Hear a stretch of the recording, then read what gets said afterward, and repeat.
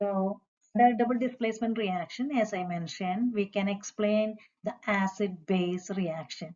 So water here is acting as an acid and ammonia is acting as a base. Acid plus base will give you salt and water. This is salt, this is water.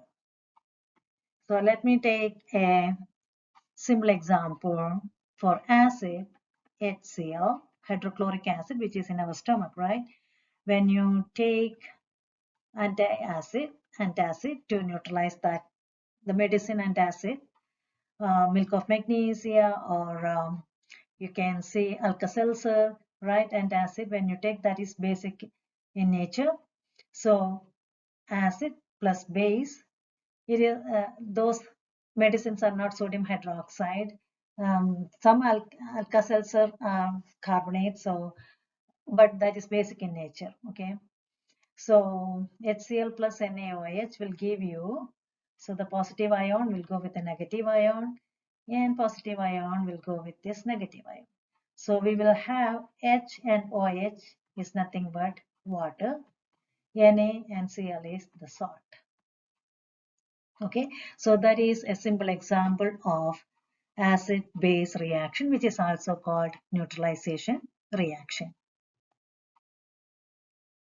So the gas forming reaction is again, as I said, it can be, the antacid can be carbonates. So when you take that carbonate, the acid from our stomach, hydrochloric acid, will react, will get neutralized, and it will form calcium chloride. So that means the positive ion combines with the chlorine and the positive ion combines with the carbonate. So that positive ion is combining with the carbonate means it is H2CO3, carbonic acid. So this is unstable. CO3 is unstable and it will form carbon dioxide and water. Similar to that, the baking soda, NaHCO3, when it combines with an acid, so hydrogen combines with the positive ion combines with the HCO3, positive ion combines with the Br, so NaBr, and H and HCO3 is nothing but H2CO3. So that is splitting into carbon dioxide and water because the carbonates formed by this one is unstable, so it will dissociate into carbon dioxide and water.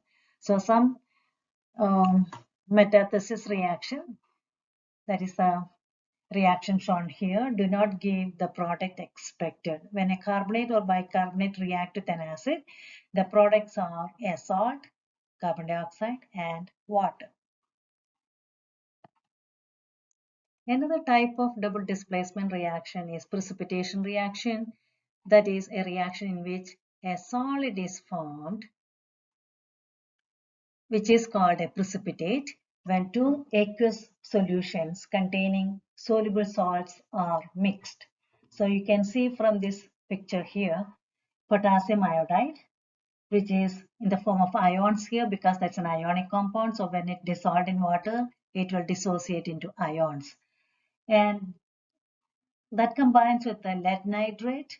So you can see the particles diagram here, lead, Pb, and NO3, one nitrogen, blue O3 oxygen here, which is represented as red spheres. So that's a nitrate ion in particle diagram. So when these two ionic compounds mixed, which are soluble in water, once they mixed, we are getting an insoluble product, which is our lead iodide. So that is a precipitate in the solid form here. Okay, that type of reaction is called, so in the product you can see lead iodide is represented like this because that's a solid, so it is touching each other, orderly arranged, and these ions will float around in the solution. They are nitrate ions and potassium ions that is floating around in the water, but this one will settle at the bottom as a solid. Okay, so that type of reaction is called precipitation reaction. So how do we know which one will form precipitate, which one will not form precipitate? For that one, You should know the general solubility rule. Again, this one is in your reference material, so you don't have to worry too much about it. But once you use it, it will become very familiar to you. You know that, see, all nitrates are soluble always. So whenever you see a nitrate ion combining with any positive ion, KNO3, AgNO3, any ion here, lead nitrate, this will be soluble. Okay, whenever the nitrate ion, that is very friendly ion, right? So it goes with any positive ion and it dissolves in water. Likewise, acetate ion, always soluble.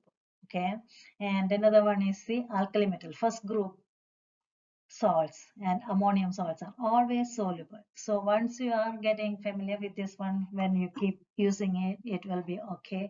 But you can always refer to a reference material for this solubility rules. That is how we are predicting which one will form precipitate, which one will not form precipitate, which one will completely dissolve. That means ionic compounds, even though we say that ionic compounds are soluble in water, ionic compounds are soluble in water, but some are insoluble. So we should know that some are insoluble. Which are the salts that are insoluble in water? You can refer to this one. Just now we have seen lead iodide is insoluble, right? That yellow precipitate. So iodide, here you can see, so it is not soluble. See, for silver and lead and mercury. So these three are exceptions for any of these ions, chloride, bromide, and iodide. So lead iodide, lead bromide, lead chloride, all these will be insoluble. Same thing with the silver, silver chloride, silver bromide, silver iodide. So that is how it is useful. The chart will be useful to decide which one will form a precipitate and which one will completely ionize in water. And now try these equations, complete the equation and classify and balance it, okay, and check your answer in the next slide. You can pause it and try to do it by yourself and check your answer in the next slide. Here you can see the answers and please check and see whether you are getting it or not. And yeah, so practice more questions and equations, and how to write the product is important, and the state of matter, how to write AQ, when to write S, when is it going to be precipitation reaction. All these are very important when you go into the net ionic equation. Okay, so I hope you have an understanding of the types of reaction now. I know it is so many equations, so many types, but it will help you once you are okay with these types, it will help you to understand chemistry better. All right. Thank you very much.